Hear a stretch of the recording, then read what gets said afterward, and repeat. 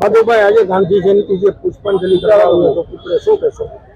આજે આપણા ભારત દેશના સ્વપ્નદ્રષ્ટા કહી શકાય એવા રાષ્ટ્રપિતા ગાંધીજીની જન્મ જયંતિ છે. એ નિમિત્તે ભારતીય જનતા પાર્ટી દ્વારા દરેક વર્ષે અહીંયા એમને પુષ્પાંજલિ આપવાનો કાર્યક્રમ થતો હોય છે. એ નિમિત્તે આજે સૌ અમે ગાંધીજીના મૂલ્યોને, ગાંધીજીના વિચારોને, ગાંધીજીની પ્રતિમાને આજે પુષ્પાંજલિ કરવા માટે અહીંયા ભેગા થયા છીએ.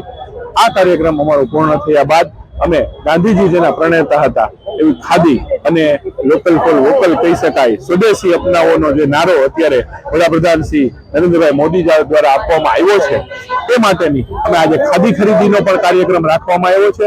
અહીંથી ભારતીય જનતા પાર્ટીના તમામ કાર્યકર્તાઓ ખાદી ભંડાર જશે અને સંપૂર્ણ સ્વદેશી કહી શકાય એવા ખાદીના વસ્ત્રોનું, ખાદીની કોઈ પણ વસ્તુનું આજે ખરીદી કરવાનો પણ અમારો કાર્યક્રમ છે.